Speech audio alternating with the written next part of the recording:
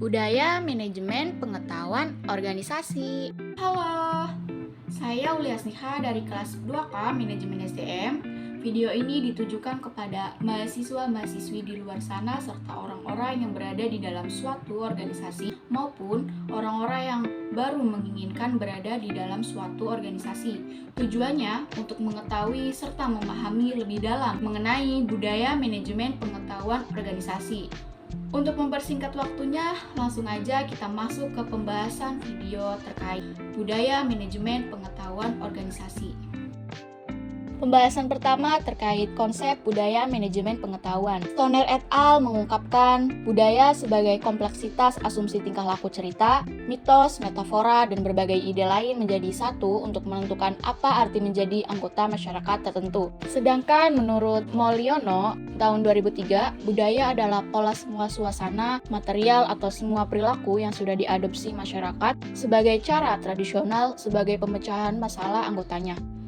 Masih dengan pembahasan konsep budaya, sudut pandang budaya dibagi menjadi 3. Sudut pandang yang pertama, budaya merupakan produk konteks pasar-pasar di tempat organisasi beroperasi, serta peraturan yang menekan. Yang kedua, budaya merupakan produk struktur dan fungsi yang ada dalam organisasi. Misalnya, organisasi yang tersentralisasi berbeda dengan organisasi yang terdesentralisasi. Lalu yang ketiga, ada budaya merupakan produk sikap orang dalam pekerjaan mereka. Hal ini maksudnya berarti produk perjanjian psikologi antara individu dan organisasi. Lanjut ke pembahasan konsep manajemen. Manajemen mencakup beberapa hal. Yang pertama ada mengkoordinasikan SDM, material, dan keuangan ke arah tercapainya tujuan organisasi yang efektif dan efisien. Dan yang kedua, menghubungkan organisasi dengan lingkungan luar dan menanggapi kebutuhan masyarakat. Dan yang ketiga, mengembangkan iklim organisasi di mana orang dapat mengejar sasaran perseorangan dan sasaran bersama. Lalu yang keempat, melaksanakan berbagai peran antar pribadi informasional serta memutuskannya. Selanjutnya, konsep pengetahuan. Pengetahuan adalah keseluruhan kognisi dan keterampilan untuk memecahkan masalah dengan kapasitas melakukan tindakan efektif, efisiensi, dan rasional. Budaya manajemen pengetahuan menggabungkan ketiga konsep budaya, konsep manajemen, serta konsep pengetahuan. Secara konseptual, budaya manajemen pengetahuan bertolak dari anggapan dasar. Hofstede dalam Draha tahun 2005 beranggapan budaya adalah kolektif mental program. Maksudnya, budaya dapat diprogramkan atau dimanajemeni berbasis pengetahuan. Nilai bisa berubah dan budaya bisa berubah atau diubah. Sudah tentu, sebagai proses budaya, manajemen pengetahuan meliputi fungsi dan kegiatan proses budaya. Manajemen pengetahuan berpusat pada manusia. Maksudnya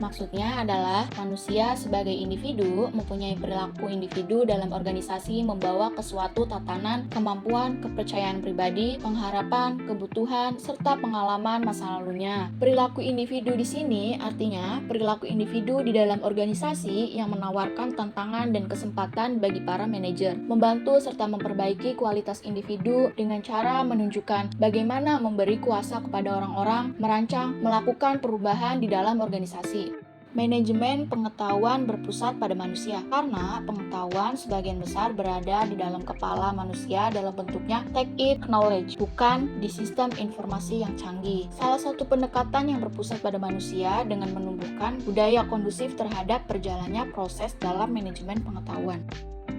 Selanjutnya, budaya sharing pengetahuan. Inti manajemen pengetahuan adalah knowledge sharing atau knowledge transfer. Karena dengan melalui knowledge sharing akan terjadi peningkatan nilai dari pengetahuan yang dimiliki perusahaan. Seseorang yang melakukan knowledge sharing tidak akan kehabisan pengetahuan yang dimilikinya, tetapi justru melipat gandakan nilai dari pengetahuan bila sudah dimiliki dan dapat dimanfaatkan banyak orang. Budaya knowledge sharing merupakan budaya yang perlu ditumbuhkan dan dirangsang dalam perusahaan yang ingin menerapkan manajemen pengetahuan efektif. Selanjutnya ada unsur budaya sharing pengetahuan.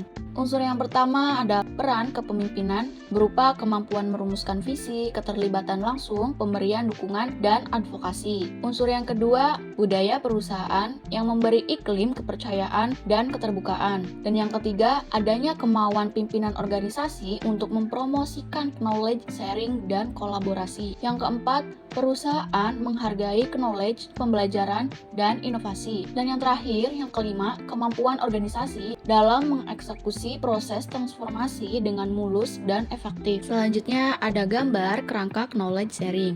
Yang pertama ada fasilitator dan sharing champion. Biasanya bentuk sharing champion menyediakan fasilitator bersertifikat serta memberi reward pada fasilitator. Lalu ada peserta. Peserta di sini biasanya menstimulasi kenikmatan dalam mempelajari pengetahuan dan pengalaman orang lain.